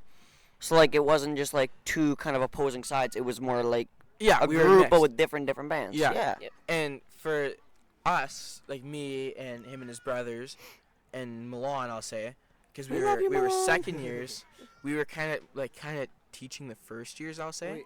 We had like the knowledge from the previous year, like from Miss Jones helping us, and then we had the knowledge. So you guys were like the masters. And they Yeah, were the we were kind of apprentices. like we were almost like mentors in a way. Yeah. Like we had the knowledge from the year before, and we had we worked together as a band throughout months. Like So you already knew how to run a band as We- a dynamic. So you yeah, we showed knew- them how to be like a group. we Yeah. tried to at least we tried Yeah. to show them, okay, this is how it works. This is how we're You running don't it. bully your other Like, people. This, Our we're band's gonna not do very this, good at that. and you like go do this and like all that. So yeah, we kind of Who's yelling? we tried to mentor them as much as we could. No. I don't know what you just said. Anyways. Nothing to worry about. Anyways, yeah, we're doing that. Hold on, I just noticed if you look at Raph's shirt, it's Canadian Tire, but it's blue and yellow. Yeah, it says Ukrainian Tire. Oh, I didn't Yeah. know that. I should get that Anyways. shirt. That'd be pretty funny. Anyways, so we were kind of like teaching those guys and all that. Yeah. And we did a dance with them. Yeah. It was our band, and then it was Undercover. And, Yeah, I remember what it covered and 406. And we were called 406. Yeah, we basically at the time, but now you guys. 406 was basically just me, Bradley, Aiden Ryland, Josie Milan, and like I two forgot Josie like was with you guys. it was like Devin and Kieran singing in that. Yeah, I remember that band. Yeah. Yeah. And so we played a dance, and the dance went fairly well. Yep. And then after that, we did kind of a tour of the 3 schools here on the Flin Flon side. Modern Rock wasn't a part of that. Yeah, Modern Rock wasn't a part of that. Was still Undercover. Yeah, and well, I guess- 406. So I'm out of the picture It right was now. it was just Yeah. the Yeah, you're History of Modern gone. Music I'm kid. gone. It was just And then there were 4. Yeah, it was just the History of Modern it Music was just the class. class. It was Yeah. just the classes in it. Yeah. And that was pretty fun. Oh, that was awesome. That was a lot. So I'm gonna jump ahead here real quick. So Modern Rock was the name of the class. Yeah. But since you guys are done with it Kinda. now, you guys have kind of adopted the name, I guess. Yeah, right? Yeah. Modern Rock was The Survivors. Funny Modern Rock, the story. Survivors. yeah, exactly. The last one standing.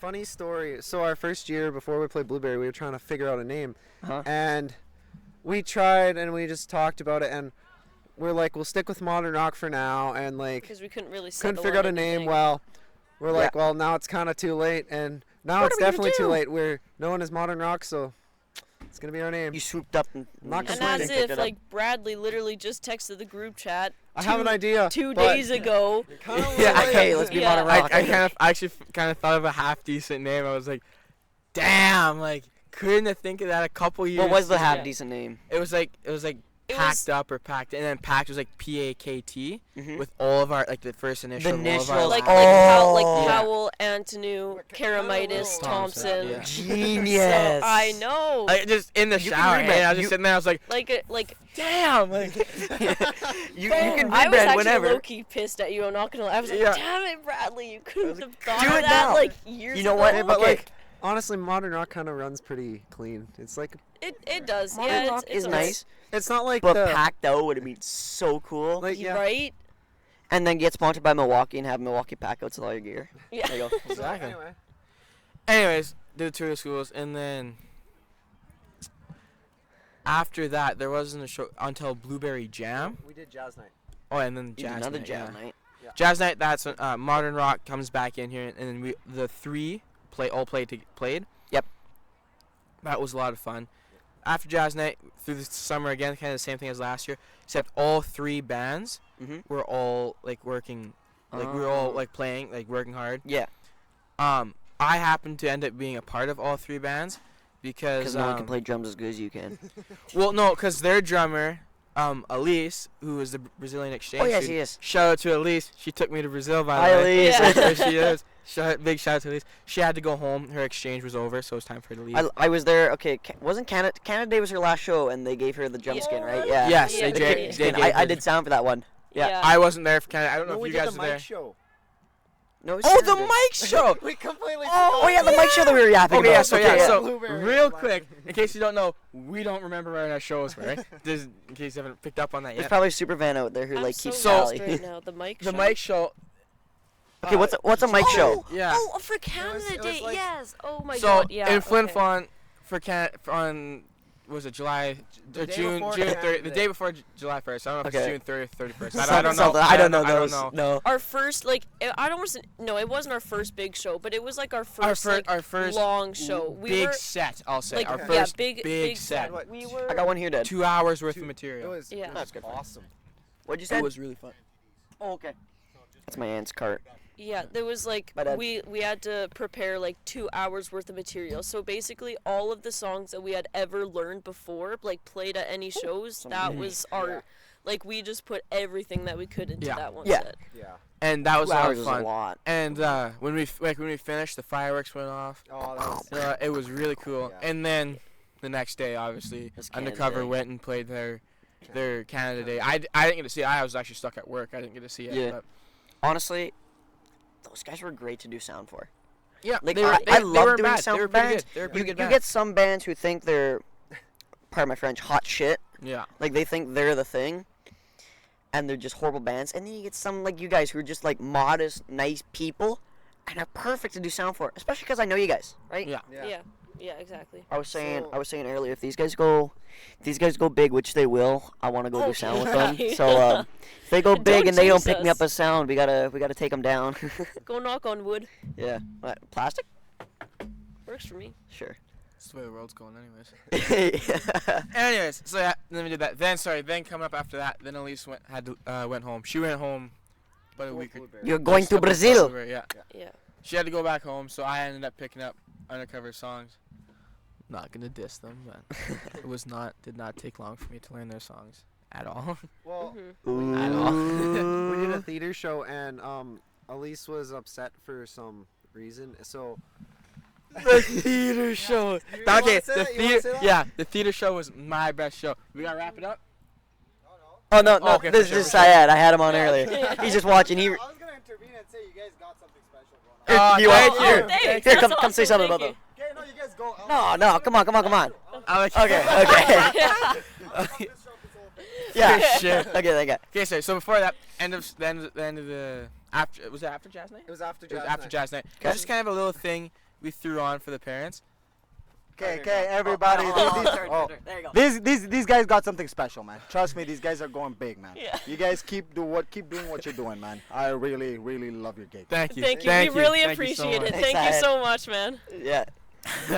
Anyway, so we See, had a great little thing- fans. Great fans. Yeah. We had a little thing we did just for our kind of friends and family that we did in the theater there of Hapnock Legion there. Yep. And How's sound in the theater? I've always wondered. it was good.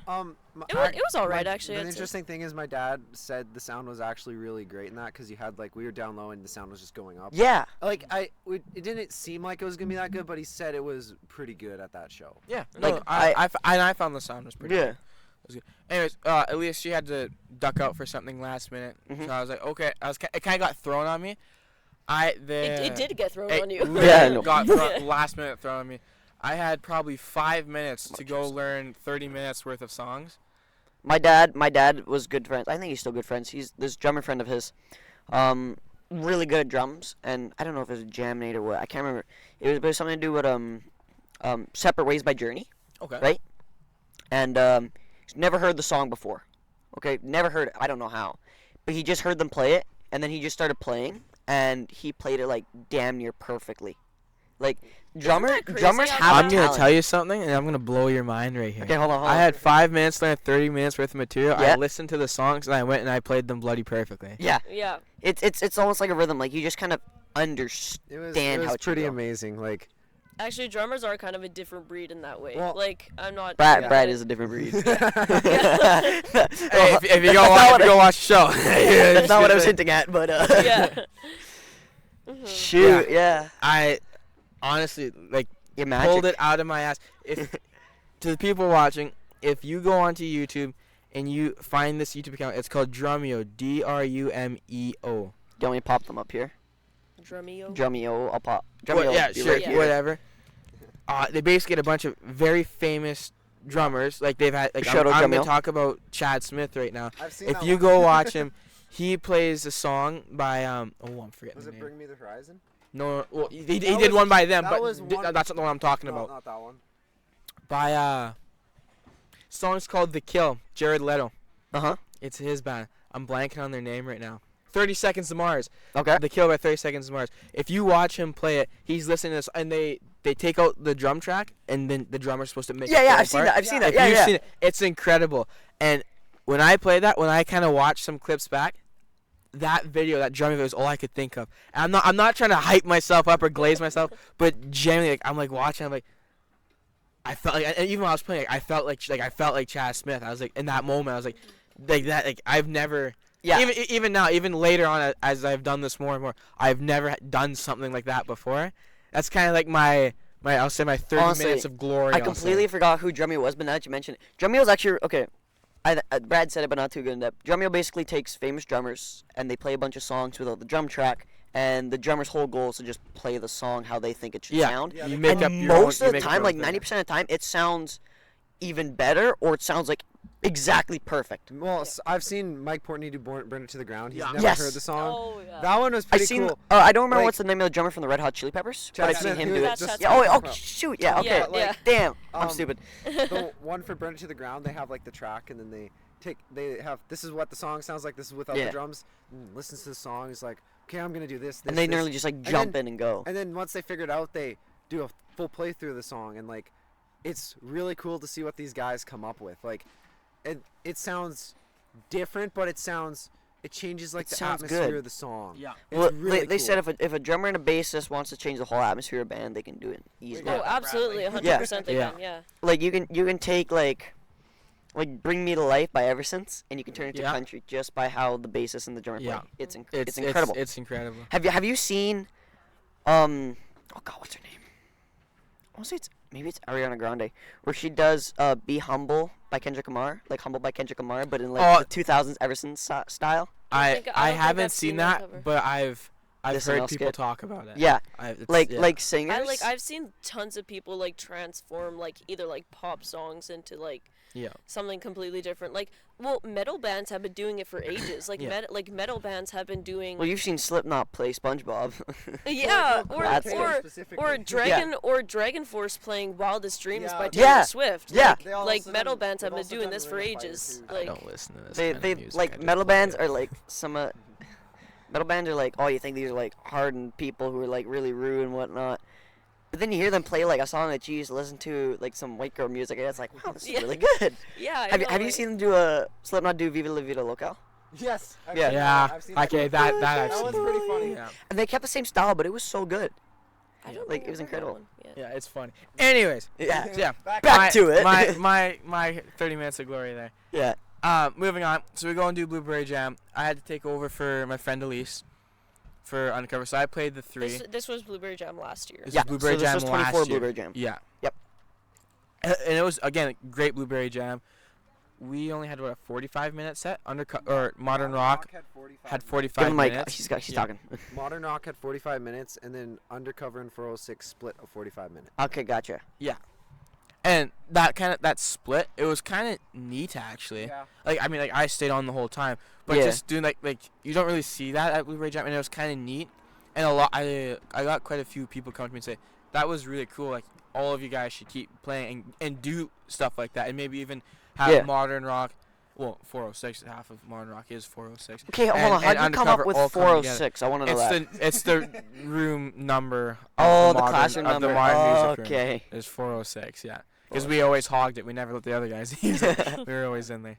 And if I remember correctly, we preferred that room, and they preferred the band Oh, rooms. someone's horn's going off. We preferred the rooms we were in, so we never really had to switch. Yeah. So like when we did switch, like it was a little different. Hold on, I'm just. Yeah, she did. It's picking up now. Oh, it's off now. Oh, damn. Okay. Anyways, yeah. Bradley was just getting into it. Yeah. Brad is about to start playing there. You know what? Get this man a kit. I can't help it anymore once you get into it. So, since you come up with a lot of drum parts, you just like when you listen to something or like you hear some rhythmic stuff, do you just start thinking of drum things in your head? Yeah. Hold on. Okay, you know what? This actually be a great time. Why don't you guys ask each other questions? Because that'd be really good. Like questions that you've always wanted to ask each other. Like that was pretty good. Zachary, when was the last time you washed your hair? Oh, yeah. Today, as a fact, Yeah, right. it just doesn't look very nice. I seen that one coming. I saw you for a second. I'm like, Okay, here it comes. if you like touch his hair, like I feel like us asking each other questions is not a good idea. No, I'm not not even gonna gonna lie have to fun. you. Like I wouldn't say we're running out of time here, but it's gonna be a long episode, so let's raffle it off here. Do some fun stuff. Oh god, Oh, wait, you're here's gonna what it- see here's some what it- world class bullying do here. it. I'll wrap the story up really quick. Okay. So Blueberry Jam was great. I have no idea what we did in the fall. Undercover is kind of like they're done now. They're not playing. They're gone. Same with 406. They died as well. They Yep. didn't die. But 406 isn't playing anymore either. It's just us. We did Johnny's in We February. did You said they did Johnny's Johnny's. in February again. Yeah. Yeah. Was the next. We did- That wasn't the next show. So- was it? That was the beginning of this year. That was our next show. Yeah, after Blueberry- yeah. After Blueberry. So we kind of took a couple months off, just like to take a break, I guess. Yeah, have we were rehearsing have a a lot for breather, Blueberry- hey? for We Blueberry. kind of just needed a break from each other too. And It's then true. so you guys really? Yeah. then we needed On Alert asked us to play a Johnny show with Rock Cut Yep. in I love Rock February. Cut. Shout out Rock Cut. Shout out to Rock Cut. I love you those guys. Love On Alert too. Like honestly, I think our show with On Alert and Rock Cut is honestly one of my favorite shows I think we've ever done. Like that Johnny show, just because I It was love that those Johnny- it was- bands. it was I that love Johnny those show. bands Yeah. so much. Yeah. I love Rock It Cut was- so much. it I love was- On Alert so much. It was a really good show. So we opened, and then Rock Cut played after us, and then Yeah. On Alert ended headline the show, and Uh-huh. that was just a really fun night to have. Just to be up there with like those bands playing, like we see them playing at Blueberry years for a couple years. And Like it's almost like playing with your idols. kind of. Well, exactly. yeah. I think me and Nikki were actually talking to Reagan Schneider one day, the lead singer for Rock You Cut. guys Yeah. were talking to her backstage after the show. Yeah, well, we talked to her a lot. So, Yeah. and she was telling us backstage, actually, I think it was, she was like, oh my god, it's like seeing my rock and roll kids grow up. Like, it's like, it literally is. Like, in some ways, I feel like we're like a mini, Look, Mom, a I'm mini doing Rock it. Cut. I'm doing Yeah. it. Yeah. Like, it's like Yeah. we're just like a mini Rock Cut. Like, I honestly do idolize like Reagan a lot, so it's really nice to hear that coming from Honestly, her. they're a great band. I did sound for them when they played at Fish Fry last year at Chicken Chef. I honestly, someone like the greatest time I've had doing sound. Like they're just one hell of a band. Yeah. Absolutely. And Absolutely. honestly, they're great to talk to because like in between sets we'd play country and whatnot. They'd come back and they'd like just like bullshit with me. It was so much fun. Yeah, Yeah. yeah, They're exactly. great to do like sound really, for. like really cool people. Too. Yeah. Like just I'd have awesome. to agree with Yeah, that. very nice. people. And like I was doing lighting for them and like first thing I did when I set up lighting I was like, okay, what's your colors? Green, blue, or green, purple, and one. I was like, okay, that's all that's gonna play tonight is just Yeah. those three colors, Yeah. and they were loving it. So then after that Johnny show, we were supposed to play Jazz Night, Uh-huh. but that never happened because Yeah. of evacuation. Yeah. Wildfires pulled us out from that. Yeah. And I'm homeless. So we might get a makeup sometime. Not sure what's gonna happen. With It's that. in the works. It As wor- of right it's now, been it's talked about. it's It's in been the talked works. about. Yeah. Garage show coming So near you. then our last show, which was Friday night, was Yeah. awesome. Like, This Friday. So there's the history of modern rock for you. yeah. Yeah, Yeah. we're making a 30-minute story into. It's a Cool. 39-minute story. Oh, actually. Yeah. It's really. Yeah, short. I've been watching Time at Home. We've been here a while. Yeah. Oh no way. Honestly, this Wait, is gonna I be a just great episode. okay. Sorry, Go ahead. Yeah. I just remembered. I forgot to tell the story about the homeless guy. Oh yeah. Coming Oh into yeah, we our passed rehearsal. it. So we're gonna backtrack a little bit here, guys. We're gonna go to Last year. Last year year's. we were rehearsing for Blueberry Jam. Blueberry, yeah, and I think it was, yeah, it was all six of us rehearsing. We had a few other, like sometimes at rehearsals we would have some of our friends over too. Yeah. Our Just partners, like our old, can't speak for them anymore, but we had our partners, over, I our do boyfriends not. and girlfriends. Yeah, We're all not together anymore. No. Well, I am, but they're not. Okay, no.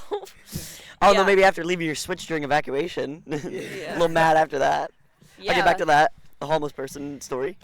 Yeah. So Well, we're not talking about you, So Drayden. that He wasn't homeless, but he had a couple in the tank. We'll say that. Okay. And He Yeah. had a that couple one in the tank. day, for some reason, Bradley forgot to lock. the I didn't door. forget to lock Yeah. the. Okay, so usually I was supposed to lock the door.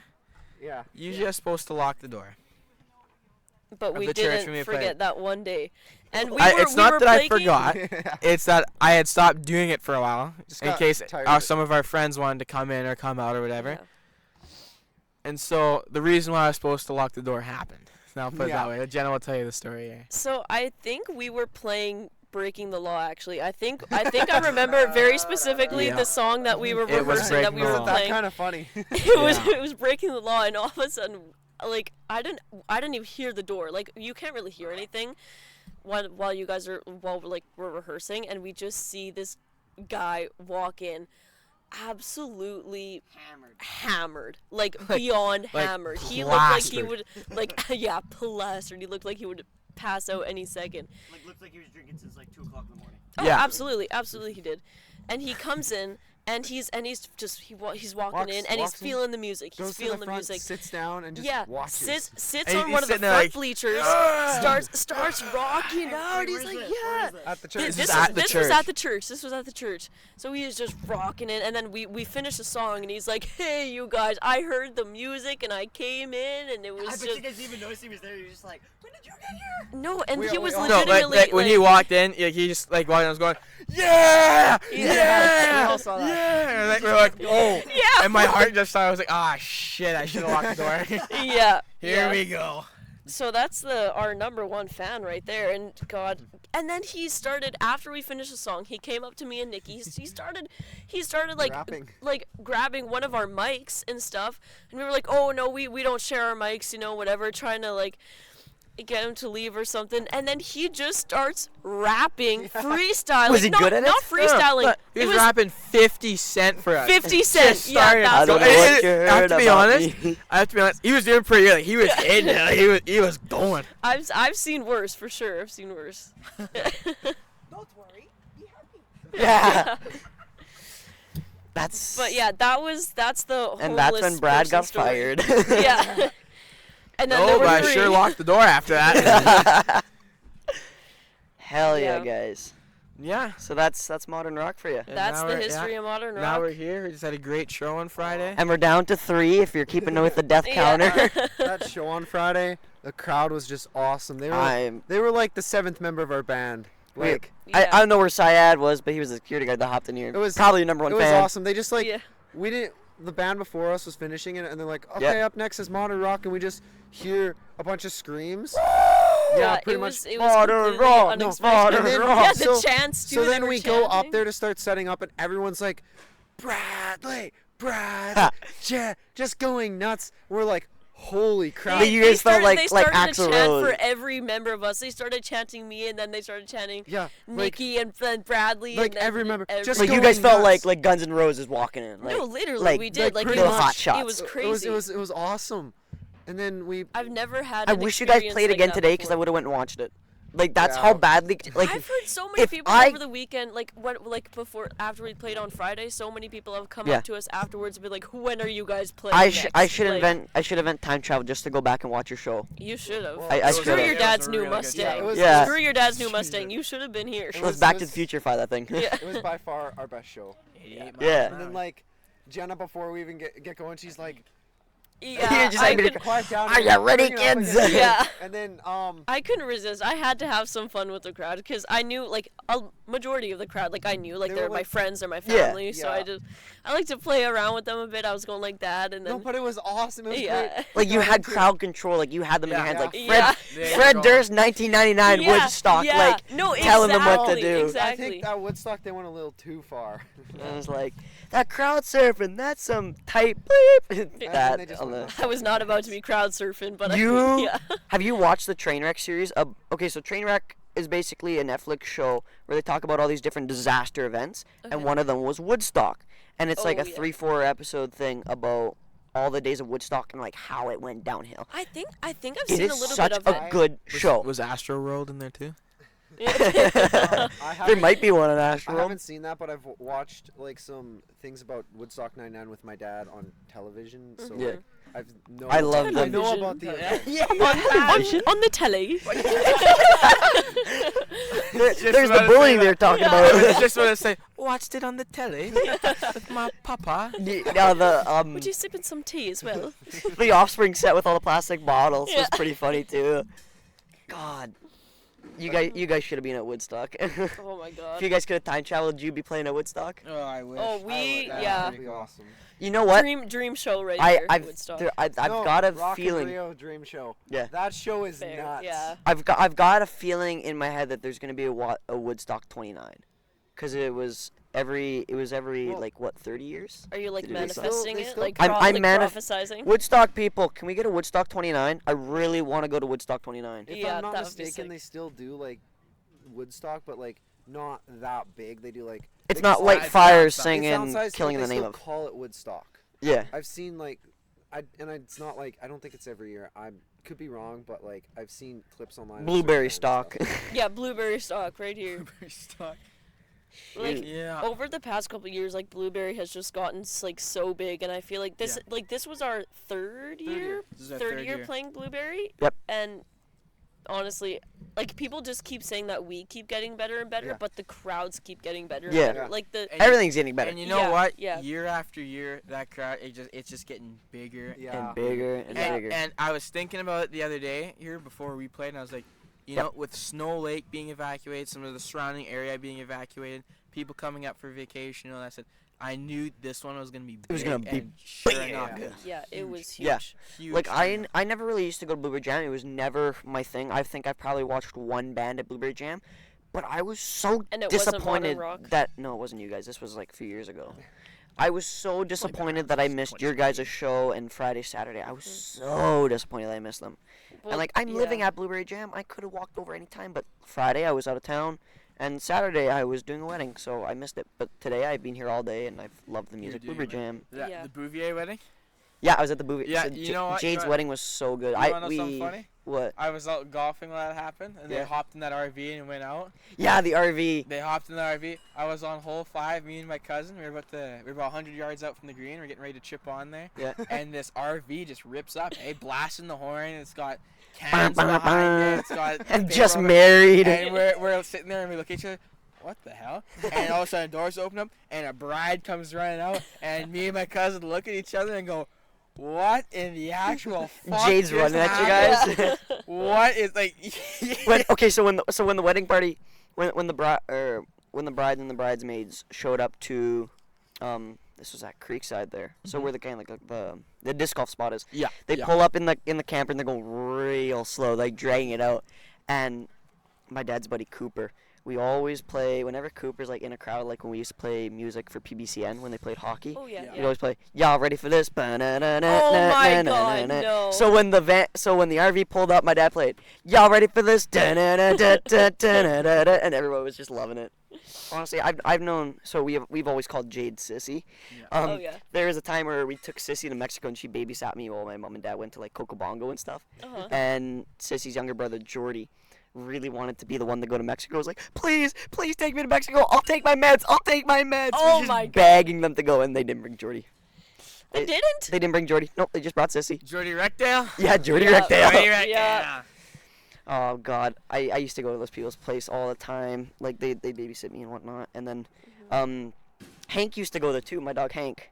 And then Nicole got a different job, so she couldn't look after Hank anymore. So. They're all working at Star now. I see the Rectos quite often actually. Yeah. They shut yeah. down Star for 2 weeks because of that I wedding. know, I know. I My know. back. Hey, Rectos, my back window's down, man. You're supposed to get me in. Come on. Yeah, come on, get this guy in. Come on, guys! I got parts waiting to be delivered to you Yeah. guys. Come on. Hell. Well, we're at 50 minutes here. Holy. Oh my God. Oh, Thank you shit, guys. yeah. You guys literally closed out my show. Like this is my 4th interview today. Damn. You guys closed me out. I'm gonna. Were we the best one? Oh, by far. Yeah. By far. I'm gonna You guys run through my before are outros here. Boring. You're all boring. It's boring. So Well, the I guys don't know if before it's us, their they're all if it's boring. their boring or we're just really excited. Well, I had Sadie. I had Mark Kolt. I had the security guard. you Syed. I said? had Syed. Yeah. God, Syed was actually. I've never met him before. He was Yeah. great. Other than Syed, those guys are all boring. Yeah, we love you, Syed. Syed just Shout out to subscribed Syed. Yeah, Shout out to hi Syed. Syed. I'm gonna run through my outros here, guys. So Okay. thank you guys for being here. Hell, that was You're one hell of very an episode. welcome, man. Thank you. was, You're very welcome. You guys should Very definitely welcome. come back one of these times. Honestly, Yeah, I'd you love can. to. You know what? This With was this great. mixer, What I really wanted to do today is if I could get a musician on to play guitar or something while we chit chat, but I never got to put that into motion. But Oh, sorry, I'll man. come bang I on don't the have drums my for you. guitar Yeah. here. hell, I should let you guys know. Okay. To Or wrap Zachary, everything you up, could do like a nice bass riff. Yeah. Close it out. one of my buddies, hi Roy Mexted. He's an Australian who moved to Churchill. He kind of helps with Imagine Northern. He does a podcast. He's kind of like, I wouldn't call him a supervisor, but almost like a mentor. And so it's him and his band, and one of his buddies plays keyboard, and he'll just like play music as they talk. And I was like, oh, that's so cool. That's Because they can't awesome. get a copyright strike for that. No, yeah. And it's live music, and honestly, it's great. Okay, I'm gonna run my outro here.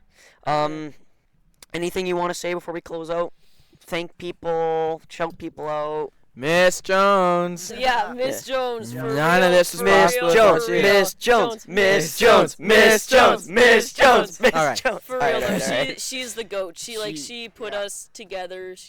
Yeah. You got I a think- mosquito on your forehead. Oh, thanks. Absolutely But yeah. none of this was possible without She kind of saw we had interest in it, and she's like, "I'm gonna start the class up." And We love you, Miss Jones. Yeah, we Thank you. do love you, Miss These Jones. kids wouldn't be here without you. Thanks for all the shit you gave us when we didn't practice. Yeah. it. Still don't practice, by the way. Yeah. Well, thank you guys so much. Some upcoming community events. Culture Days. This is from September 19th to October 12th. Almost a month of Culture Days. We still need some volunteers and some committee members. So for more details, contact Flin Sign Flon. your asses September up. 9th to October 12th. No, September 19th. to Oh, October 19th. 12th. I think it's September 9th. Let's say, pretty sure that's longer than a month. Okay, you're right. My bad. Thanks again to the Manitoba Métis Federation. I love you guys so much, Manitoba Métis Federation, for sponsoring this project and helping us highlight voices from the North. If you enjoyed this episode, this mega episode as I'm calling it, Blueberry Jam. Mega episode. Wait, hold on, give me a name.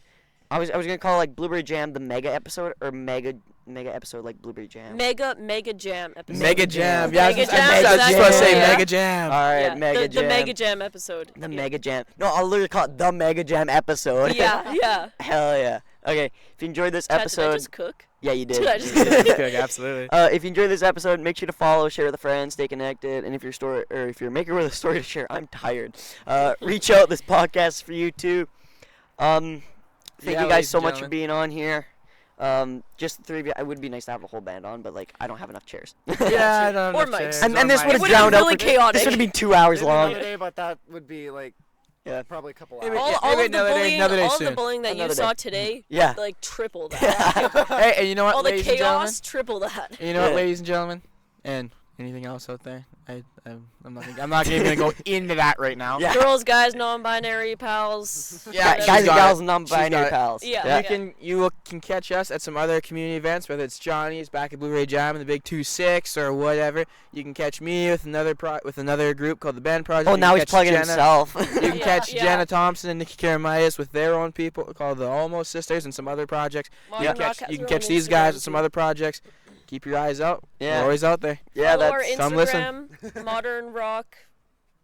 I don't even know what our Instagram handle We're is. the only modern rock Yeah, on it. probably. Yeah. Yeah. I'll pop you guys up. There's a hey. picture of all of us. Yeah. You'll get it. You'll find us. Thanks for listening to North of the Fourth podcast and the Blueberry Jam mega episode or the Mega the Jam Mega Jam episode. We'll see you next time with another story from the North. Thank you guys. Thank you very See you much. later. Bye.